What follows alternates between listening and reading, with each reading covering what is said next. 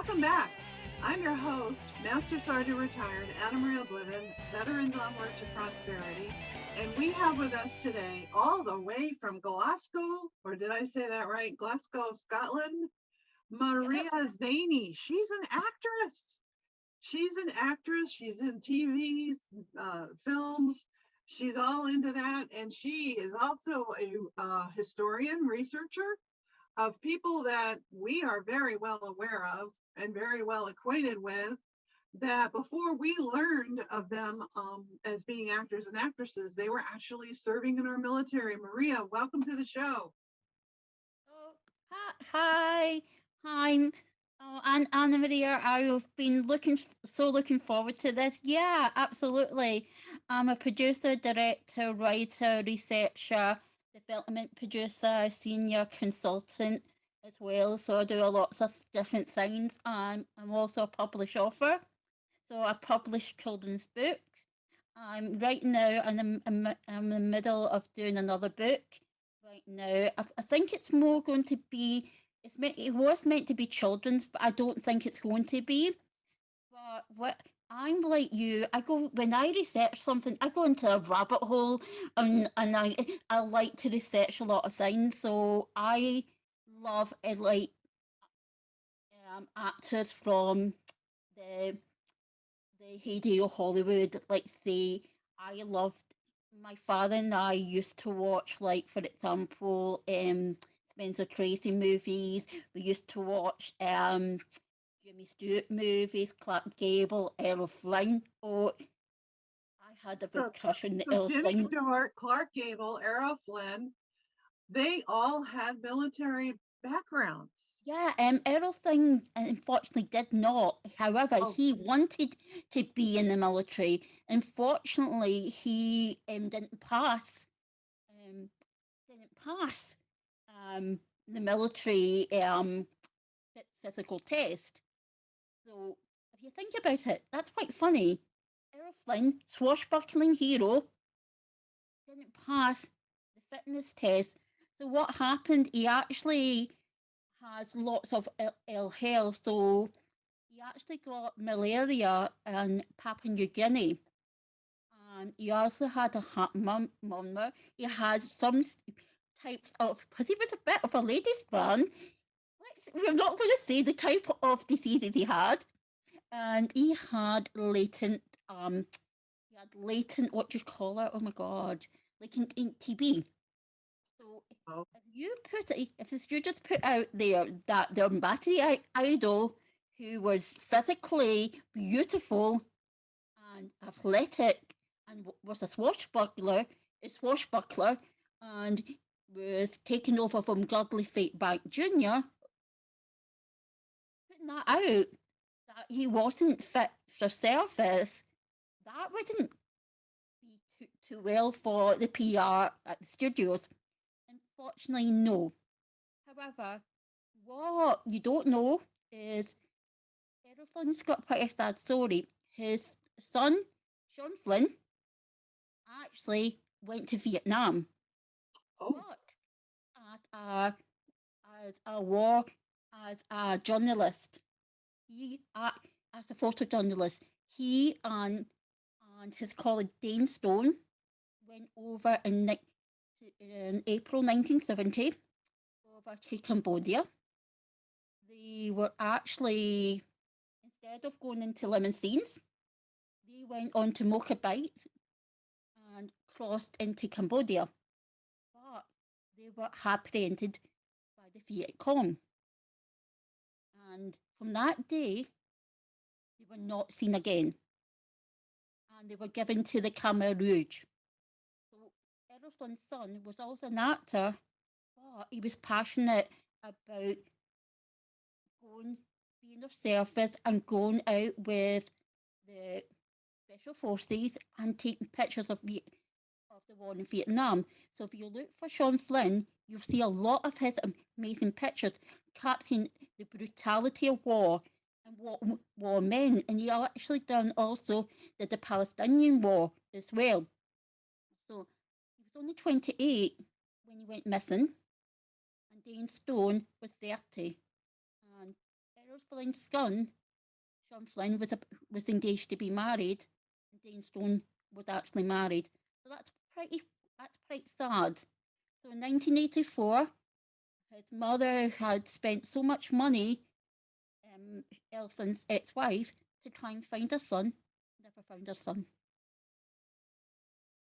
So that, so if you put that in So he was connotation, missing in action? yeah, he was missing. He was actually, they believe he was murdered by the Khmer Rouge. Oh, that's sad. That's really sad. But what I loved is that I'm a big fan of Jimmy Stewart. And lots of you may not know out there that during the heyday, Jimmy Stewart decided to give Hollywood up and go and fight in Europe. But he was also a trained commercial pilot before entering World War II. So Jimmy Stewart did over 20 missions of hair-raising missions, and he was also a commander of a squadron. So he was, if you look at his military history and his military record, it's simply, my father loved Jimmy Stewart because he actually served in the war, and that's what my father loved about him. That he was just one of those. He was one of those humble, nice, humble, one of those nice, humble people. He was down to earth. He had no airs and graces. He did his duty. But I think after what happened, I don't think he was ever the same again. There's also stories that he had PTSD and lost so many pounds, and I do believe that the war, World War Two, the war in World War Two was brutal. So he was commanding like bombers B-24s. You've got B-17s and you've got B-24s. So B-24s were mostly done in long range in the Pacific. They also bombed in Europe as well. But what I find fascinating is he came over and risked his life. He could have been killed. He could have been not the Jimmy Stewart that we know and love. And I just think there's a book about him as a bomber pilot, and think people should read it and see about what he did, and the fact that there's pictures of him back at home in 1945 in his father's hardware shop, speaking to the oldest employee that his father had. And it kind of reminds me a bit of my father, because my father was a tailor, and he ran a tailoring shop. And my father fought was also in World War Two. He was in the army, so I'm proud of his service. Unfortunately, he never went to abroad. He had damaged eardrums, but he still served in the UK. However, my father, their name is Italian, so my father was actually quite bullied in the British Army because Italy was an enemy until 1943. But what people don't know, during the war in 1943 in Italy, it was still divided. So the north was in control by Germany, and the south was controlled by the Allies. So I'm from the north of Italy. So my great grandfather was actually a commander in the Partisans and fought to fight Hitler. So he was also the mayor of the city, the mayor of the town at the same time. So he would go and bomb bridges, at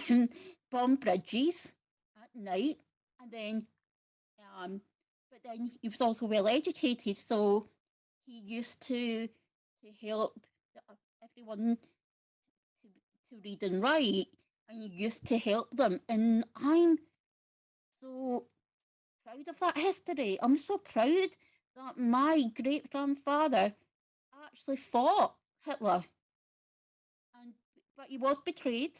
So unfortunately, he had to spend a lot of time in hiding in the mountains of Italy. Wow. And during that time, when if someone killed a German soldier, there was really bad retaliation. So they would kill 10. They would kill 10 civilians for every German soldier that was killed. And no one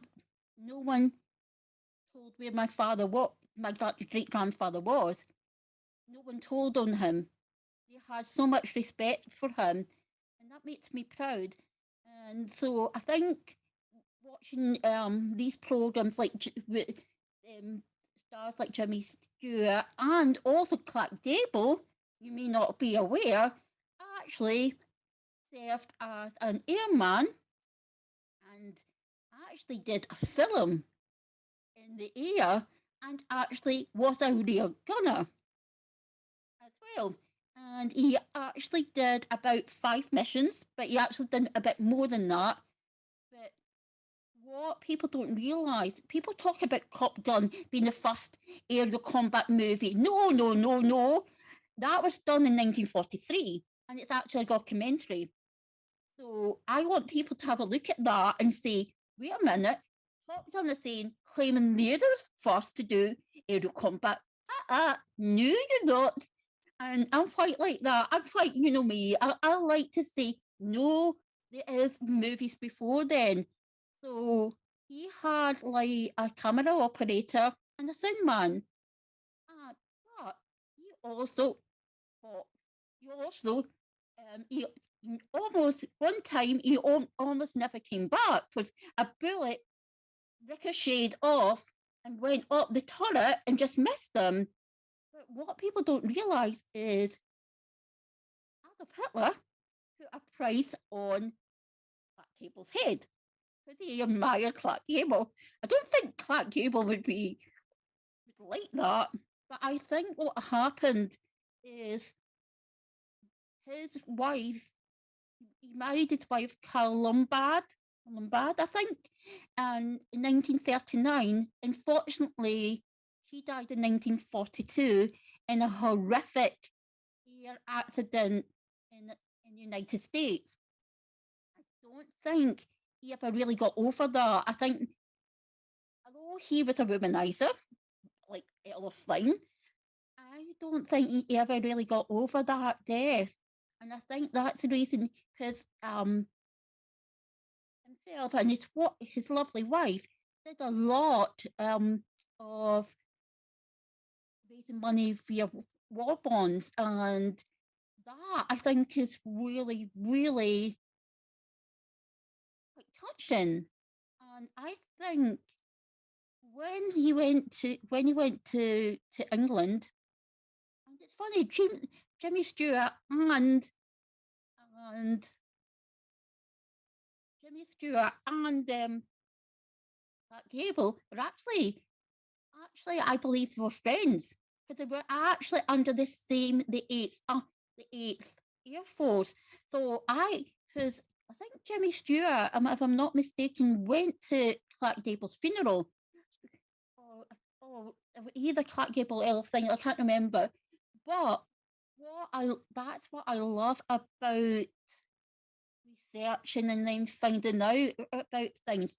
Because what you don't realise is Lags in Scotland, where just down the road from me, was where the Battle of D-Day was actually organised. Wow. So we're going to talk more about where D-Day battle was organized and talk a little bit more about Jimmy Stewart, Errol Flynn, and a few other people that might interest you. And so we'll be right back. Don't go away.